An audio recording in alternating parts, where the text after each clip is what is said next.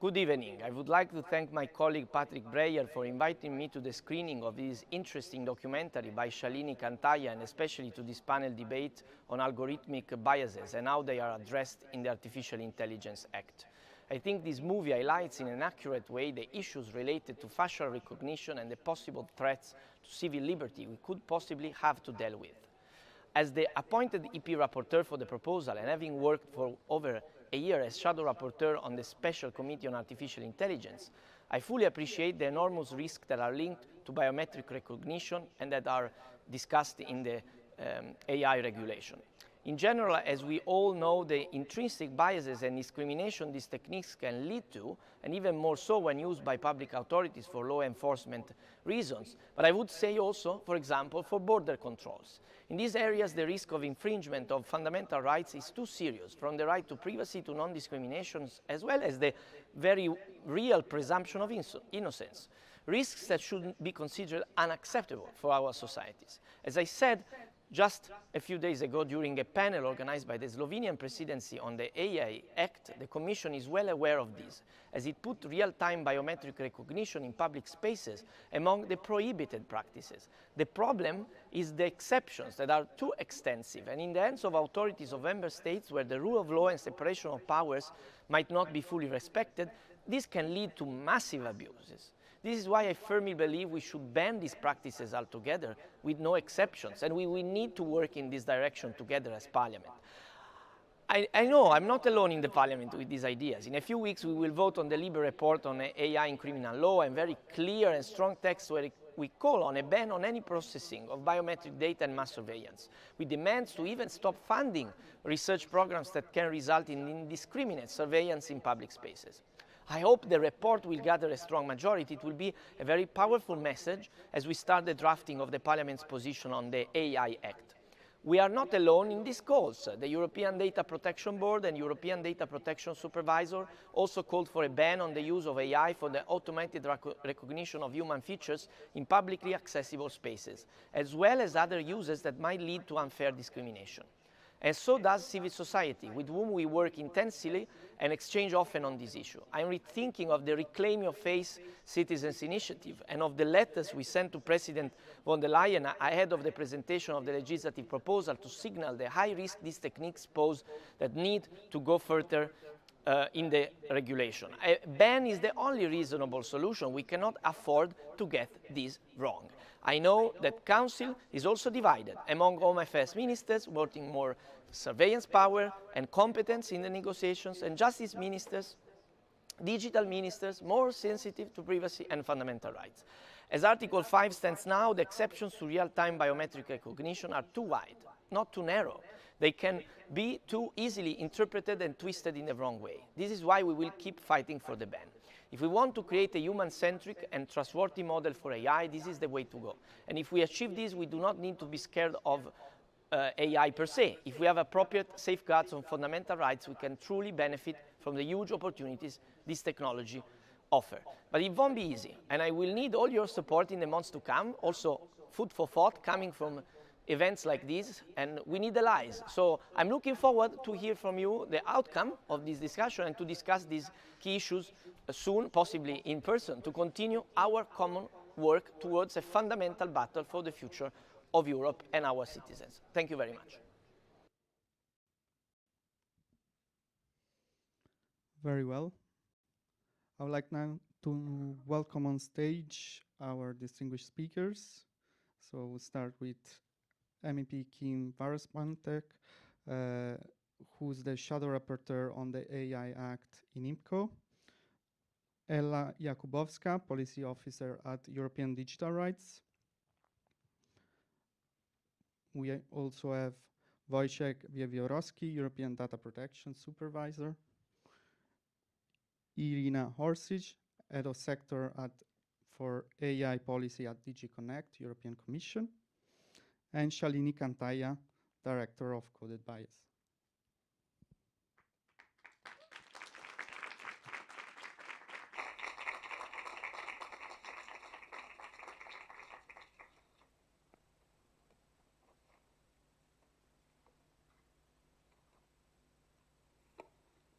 Very well. Feel free to take out the mask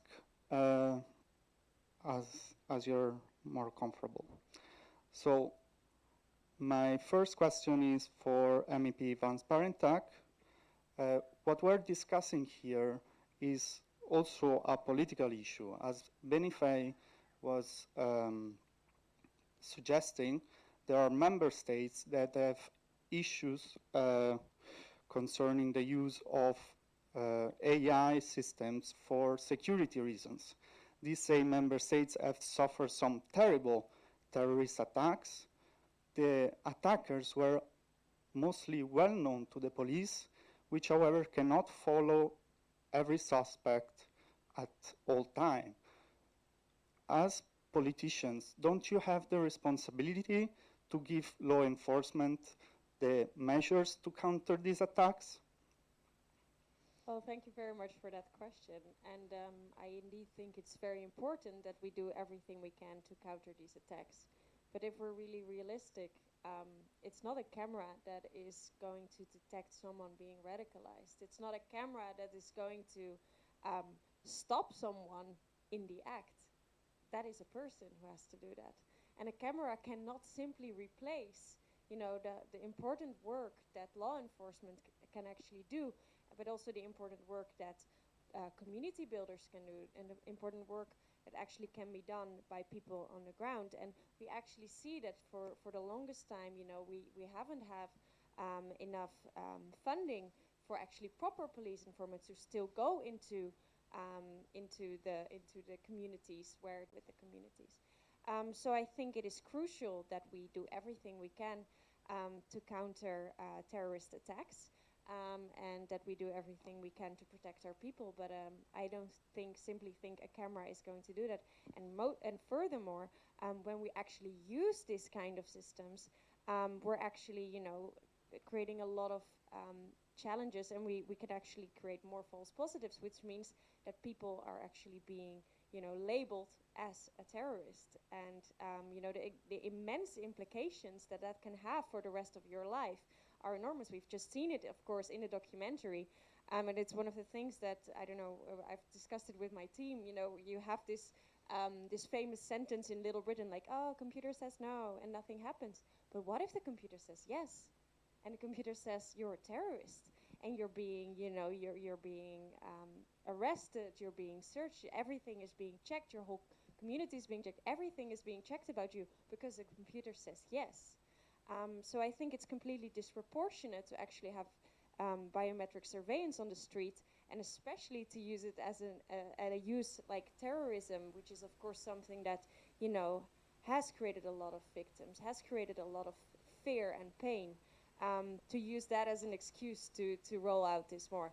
And lastly, perhaps, we've already seen some examples in the documentary about cities that have, you know, actually put the ban on using biometric surveillance. And actually Boston, I don't know if we remember what happened in Boston. There has been a terrible attack in Boston. They're one of the cities who have actually now issued a ban on the biometric surveillance. So I think, you know, for this case, we don't need it, and actually I can't really come up with another reason we actually do need it in public space.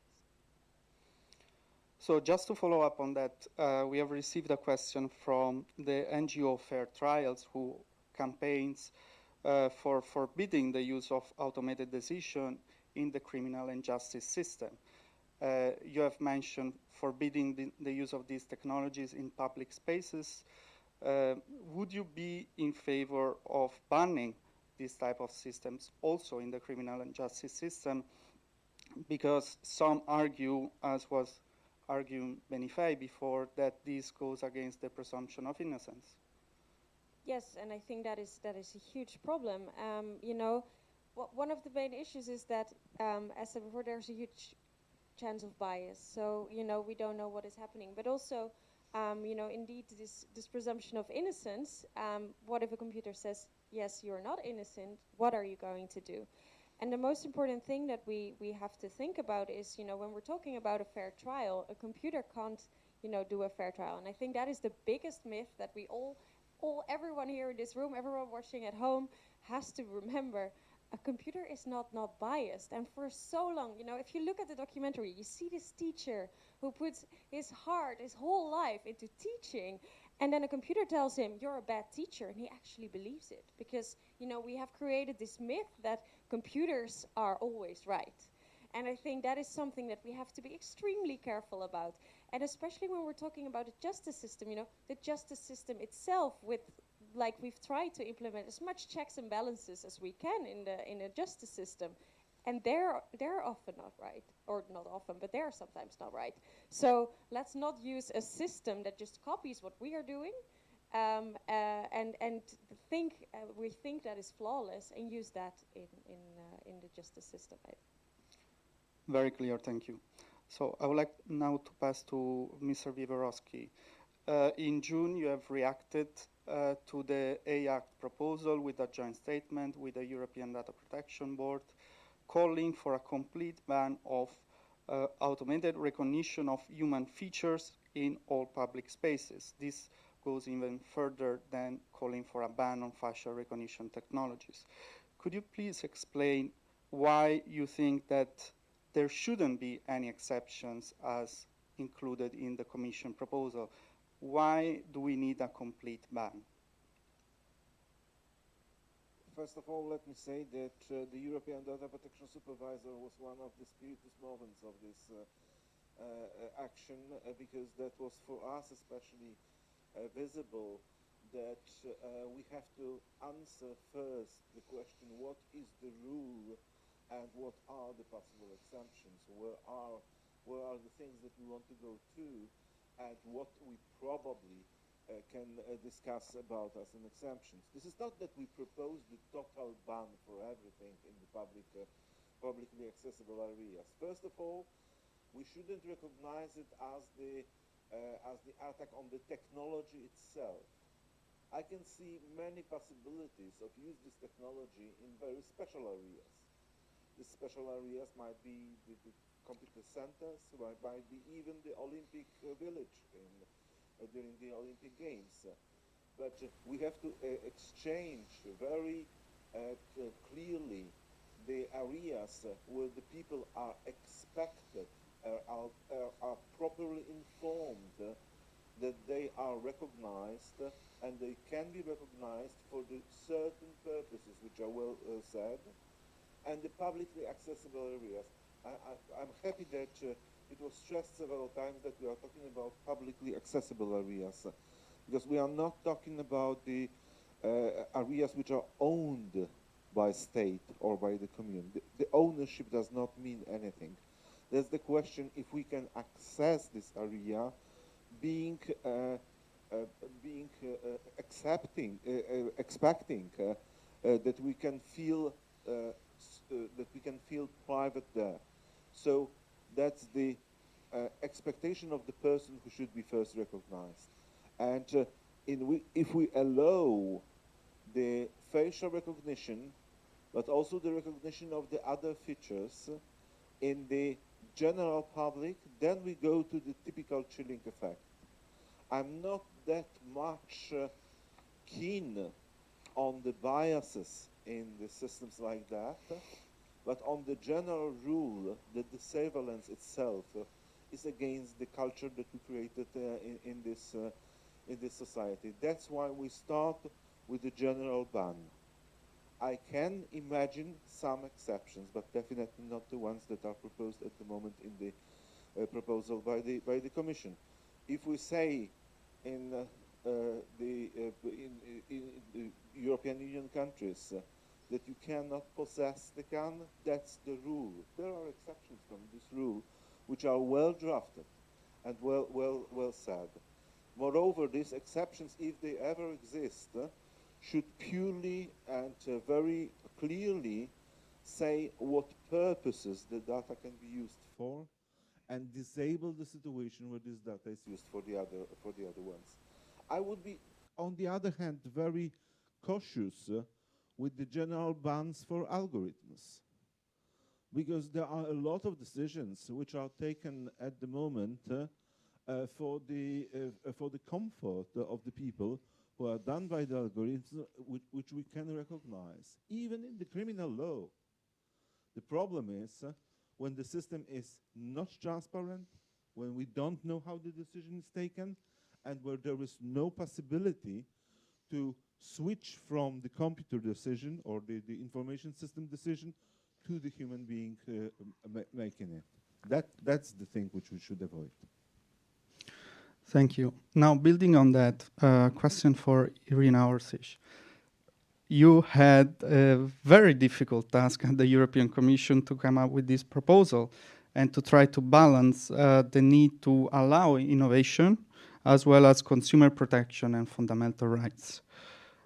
I would like to ask you, MEP Benifei has raised on several occasions the fact that the self-assessment the current proposal foresees for the launch of AI system in the market leaves a lot of room to private providers to launch on a market a product that might be biased, and we would only find out later when the damage is already done about these biases.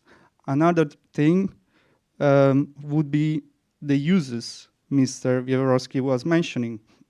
A product might be launched on the market with meant for a certain use, but might be used eventually for a different purpose, for example, to promote surveillance.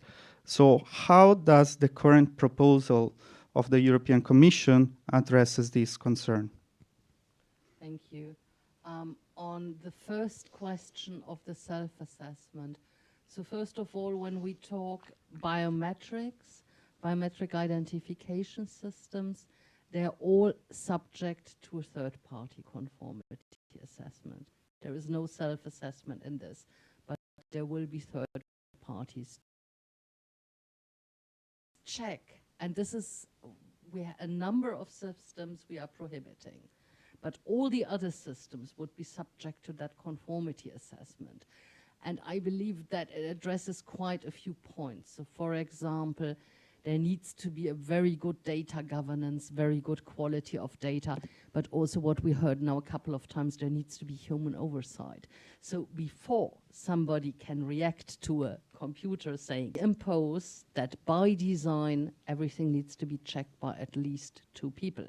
There are other things in this. So and here we have third-party assessment, but we also have quite a number of other controls. We have market surveillance systems, where basically once the assessment is done, everybody can observe the market. We have a public registry where all the systems which underwent the conformity assessment, self-assessment or not, are public. So there is transparency. You can see that there are systems out there. And so you can go to the Market Surveillance Authority. The Market Surveillance Authority can ask all the necessary information going as far as the source code, which is pretty controversial on the other side. So there is not only the assessment, the conformity assessment, but we really cover the life cycle. And with that, indeed, we want to protect also all the users who will also get all the instructions and informations. Very clear, thank you. Shalini Kantayya, you have been a very vocal activist against what you call mass surveillance, as we've seen from your movie. And we live in a time, as you underscore, where we see the technological development being driven by very few companies. And in a certain sense, there is a growing consensus over across the pond that these companies have become very powerful, even too powerful for policymakers to rein them in. In this context, what is the role of civil society and what can activists actually achieve?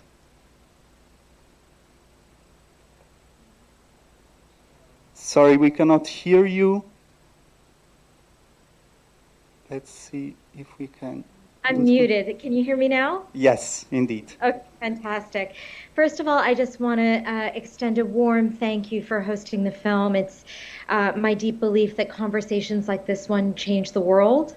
And I want to thank the European Parliament and European citizens for leading this fight, because here in the US, I live essentially in a lawless society where there is no governance of these technological systems. And so you in Europe are helping to set a global standard for how these technologies are used across the world. I also just want to say, with a little bit of humor, as a filmmaker who fights surveillance, I'm getting a good kick out of being represented quite like Big Brother in 1984. But I'm so grateful to be with you, however we're able to be together today.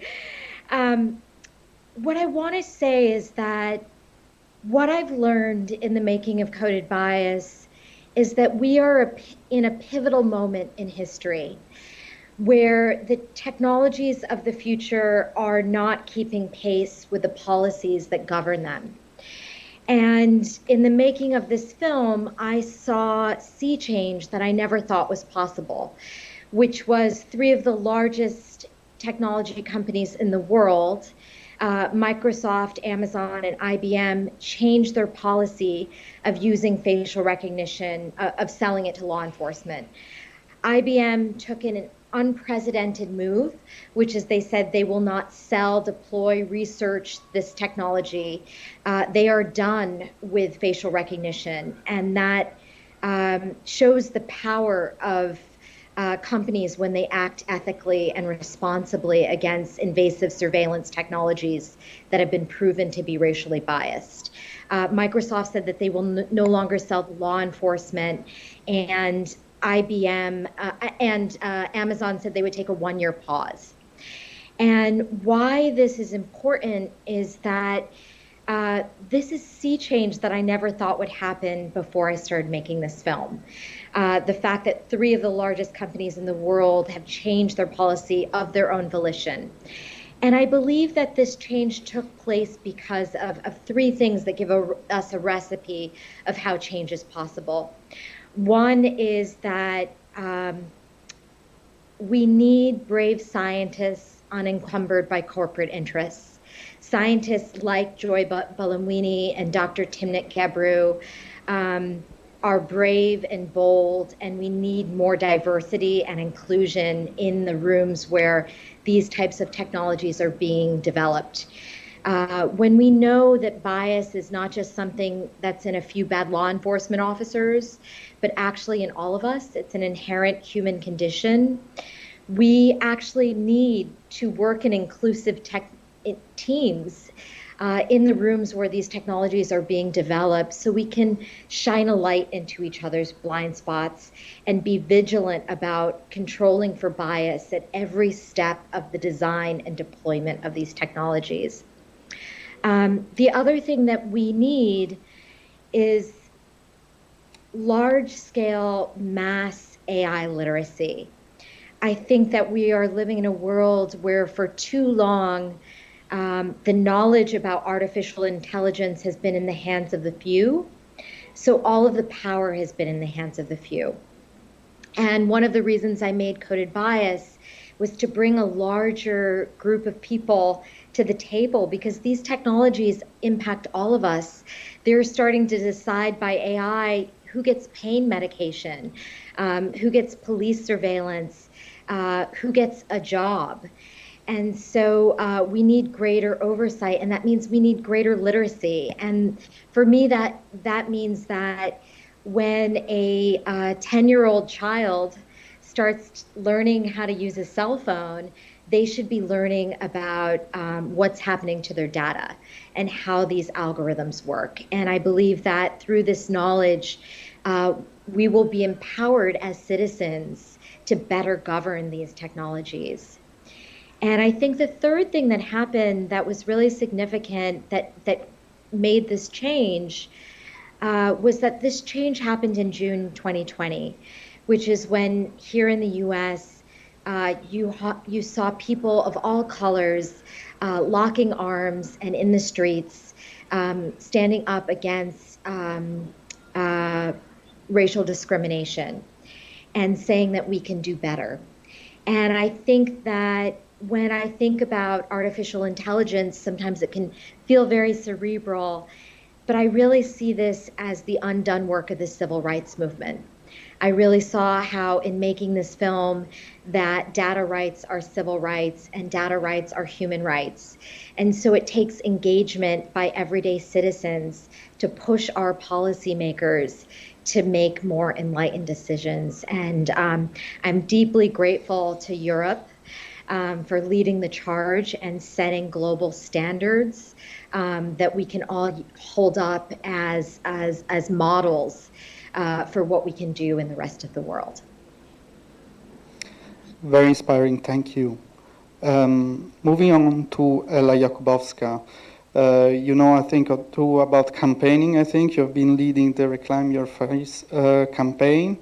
And EDRI, your organization, has recently published a report on the fact that debiasing is not a silver bullet for AI systems. So it is very clear what Reclaim Your Face stands against, but having acknowledged that AI tends to reproduce or even exasperate existing power structure, where do we go from here? What is it that you are proposing other than a ban on facial recognition? Thank you. And yes, I work on the Reclaim Your Face campaign along with some of my colleagues who are in the audience as well. So a big shout out to them. And at EDRI, we did recently issue a report called Beyond Debiasing. So what we've noticed is that as these debates are becoming more and more prominent, more and more people are engaging with the threats that these technologies pose to our ability to travel, our ability to walk down the street freely, our ability to buy what we want, that racial bias, gender bias, the exclusion of minoritized people, trans people, Roma and Sinti people is a really, really key issue. And the good thing is that a lot of people want to do something about that. But the solution that we're most often hearing is we need to just debias the data set. And that's a really alluring idea. The idea that we could just solve all of these problems that we hear about in the news, that we hear about from friends, that we watch movies about, that there might just be this simple technological fix to these problems. Of course, it sounds really, really great, but this new report that EDRI commissioned from Dr. Seda Gerses and Agathe Belen really reveals the limitations of taking what's actually a set of really complex social problems and trying to fix them with technology. And actually, that's kind of why we're in the mess that we're in right now with some of these technologies, because we've thought that we could do quite difficult, really complex things that humans and societies have been grappling with for a really long time. And we could just apply an algorithm and bam, we've solved terrorism, we've solved insecurity. And so we completely understand the allure of this, but we think it's really, really important that we focus on what debiasing actually means. And so what EDRI and my colleagues found in this report is that most policymakers and companies that are talking about debiasing are talking about a really specific technical set of processes, the maths that Cathy O'Neill was talking about in the Coded Bias documentary. And they're really doing that at the detriment of thinking about the wider structures and the way that AI fundamentally transforms so many parts of the societies that we live in, whether that's our ability to access vital public services through to going to a protest. And actually, if we take this really narrow look at a biased data set only, what we're going to get at the end is not just actually a result that can still perpetuate inequality, that can still be used in unjust and unfair and discriminatory ways, even if it's perfectly accurate, for example. But we're also then giving even more power to the companies that produce these technologies to tell us how it is that we should be fixing them. So really, once you start to go below the surface and look at who is pushing debiasing techniques and what they can actually achieve, you realize that this is a much, much bigger problem. And that's why through the Reclaim Your Face campaign and our broader work on artificial intelligence at EDRI, we've been calling for a really wide set of limitations in uses of AI in the EU to protect people's fundamental rights. And then for those uses that don't pose a high risk to people's fundamental rights, we absolutely agree with the Commission that there needs to be these safeguards, these processes, and we would love to see even more obligations actually on users, as the AI Act calls them. So that's the people that are actually deploying the technology. So it's great to have public registers where we can see what's been developed. But if we want to, for example, hold law enforcement to account for uses of facial recognition, we would actually need to be able to know where they're deploying it. And actually, as those of you that know me know that I talk about this quite a lot, we actually want to see a full prohibition on remote biometric identification in the Act, whether it's real-time or post-remote biometric identification across all purposes.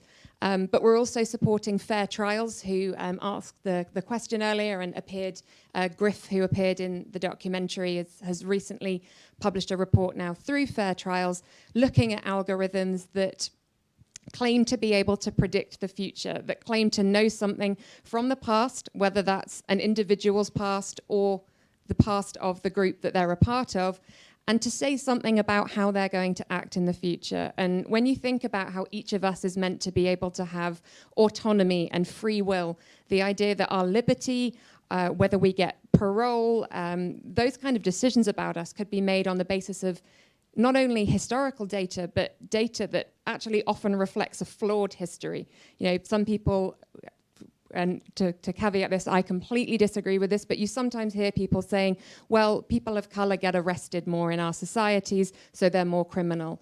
And we absolutely know that that's not true. When we see these historical arrest rates, what we're seeing is that people of color and other racialized groups in Europe, across the world, disproportionately suffer interventions, often violent interventions from police. So all we're doing is further reinforcing those patterns of discrimination, of over-policing. So like with remote biometric identification and some other really harmful forms of biometric analysis like emotion recognition, we also want to see kind of prediction of future criminality prohibited, and other uses around borders and migration.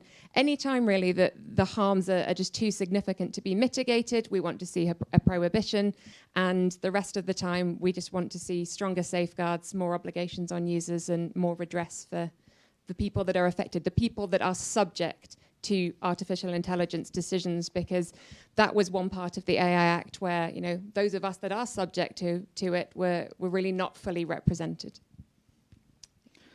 Thank you. That was the last intervention, and we can now open the floor for question. Whoever has a question can raise his, her hand. Yes, we got someone there. Can we get the microphone, please?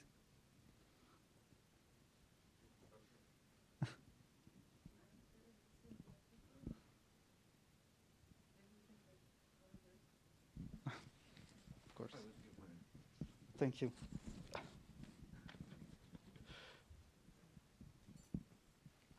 Where was the question? Sorry. Over there.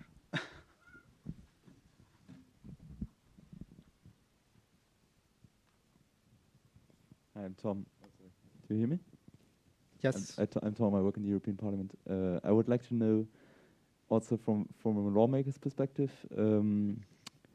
So I understand there are different cases where you might have a prohibition of use of biometric identification by authorities, but also by private sector. But what about uses that we cannot understand right now, like uses by malign actors that are outside of the scope of the legislature? How do you address this? So it could be some foreign interventions, or like people that are not in the scope of the legislature. I don't know if I'm making myself clear, but we might see underground movements using it, or something that is uncontrollable right now. So how would you approach this as a third option of use.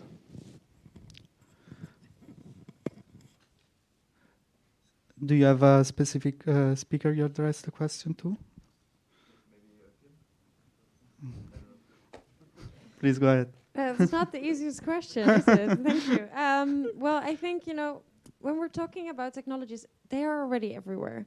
And what we can do now is try to at least, align what we know and make legislation for that. And I think that is already a very important first step. I just heard also from our esteemed guest that we are actually taking some first steps here. So I think this is what we are trying to do now is regulate something that we not 100% sure yet how to regulate, and we're really finding our way. Of course, there are also other malign users that can actually pop up. And I think that's one of the things that we've been hearing a lot when we were talking with bigger business groups or perhaps the big tech companies is indeed banning something will then prevent us from doing something against it. And I think banning biometric surveillance in public space doesn't change the fact that it exists. It just means that we're not deploying it, but we still know what is happening. And if we are looking at it, from a scientific point of view, how facial recognition works, we still can do something about it. But I think what we really have to make sure is that we make sure that we know everything as much as we can. And one of the ways to do that is to enforce transparency. And that is actually one of the most important things that we're trying to do right now. We're trying to figure out how governments and how companies are using AI, what it does, what their purpose is, and to get transparency about that. And I think that on its own will already give us so much information and so much more clarity on what is happening that we are already 3 steps ahead in actually trying to stop other malign uses of AI. If I may add to that. Of course. Right. Thank you. I think, and it was actually the EDPS and the EDPB that pointed out that just because something's not prohibited by the AI Act doesn't de facto make it legal. We still have criminal law that's designed to prevent criminals from doing criminal things.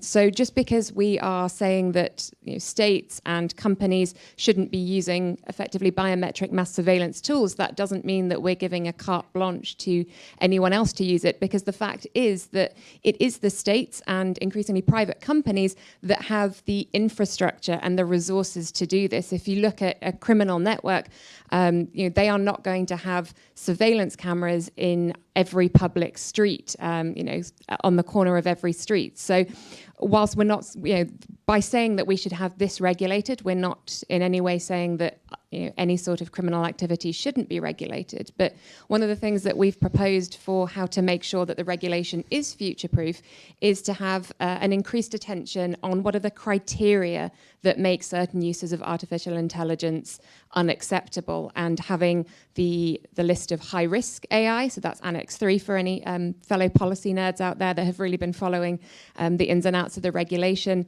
and also the Article 5 on prohibited AI practices, to make sure that there are criteria for what comes in and out of those lists so that we can evolve, because as was noted in the documentary, and I think we all shared this view, it's exceptionally hard to regulate this enormous field of really vast and really varied technologies. And the Commission had an incredibly hard job. I really don't envy the challenge of having to come up with a first draft. And the fact that we've seen prohibitions included in that first draft, I think, is a really, really positive thing. But I think in terms of making it future-proof, those criteria and continuing to be guided by fundamental rights law and data protection law are things that are going to help us and mean that we're absolutely not saying that criminals can do what they like with AI. Please, go ahead. Just shortly to what was said just a while ago, we have to remember that the Artificial Intelligence Act is only about this part of the story. We still do not have harmonized approach to the video surveillance as a whole in the EU. And we have the border between 2 countries in the EU, which is the border between the zone where the police is encouraging the people to have the dashboard cameras in the cars, and on the other side of this border, this activity is prohibited. So we have the unharmonized law on video surveillance, and what we are talking here is the biometric surveillance only, and only those automatic uses which are exist. So the Artificial Intelligence Act does not solve all the problem and will not answer the question about the video surveillance. Please, here in our section. One more sentence. I think we all like your question, actually. No, just one sentence on the Artificial Intelligence Act. So what we are proposing, indeed, is also that it's not only about the European camera somewhere or something, but it applies to GDPR-like to all the systems which are brought on the European market, but also which are used on the European market or where the results are used. So if you now imagine, for example, a biometric identification system online coming from a third country, it would have to play by the same rules.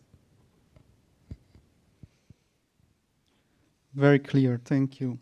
I think that's all we got time for today. And I know it was a very intense panel discussion, and to be continued, I hope. I would now invite the distinguished speakers off the stage, and MEP Saskia Briamont will now wrap up the event for us.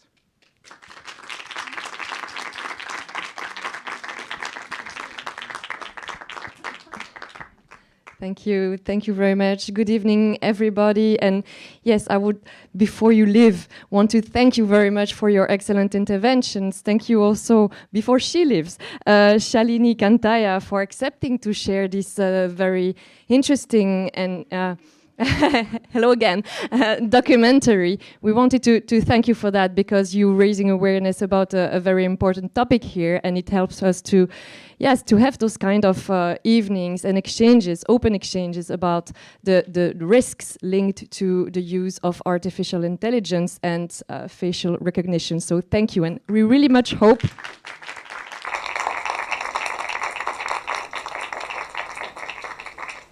tomorrow is an important meeting between our respective representatives from the EU and the US, the Technology and Trade Council.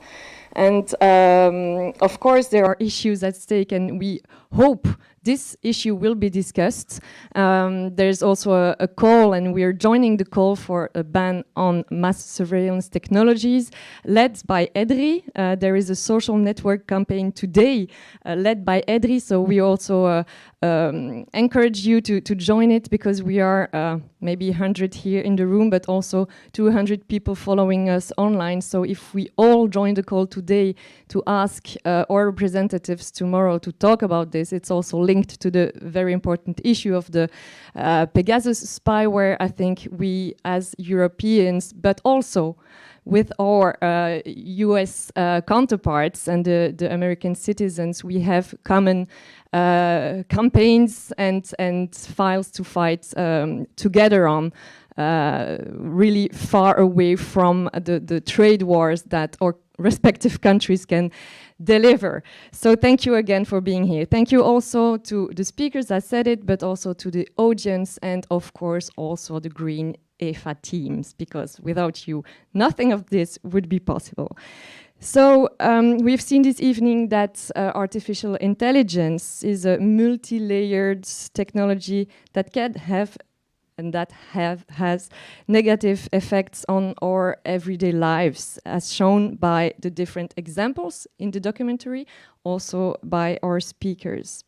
The algorithmic biases embedded in the technology are discriminatory, sexist, racist, reinforce social inequalities. We specifically talked about facial recognition systems that are very problematic and often wrongly identify dark-skinned Black women, as well as trans or non-binary people. But of course, other problematics have been raised, such as the chilling effects the control those systems, those technology can have on our daily lives, on daily decisions such as job decisions, but also working decisions and insurance decisions. So this is a very concrete proof that this technology puts our rights at risk and that we need to have red lines to protect those rights. You know that our group, the Green EFA group, will keep working towards a goal to protect our fundamental rights, both online and offline, of course. We will continue to do actions to raise awareness about mass surveillance in Europe, to show that it is far from a remote danger, but that it is very real, happening right now in Europe, in Brussels even.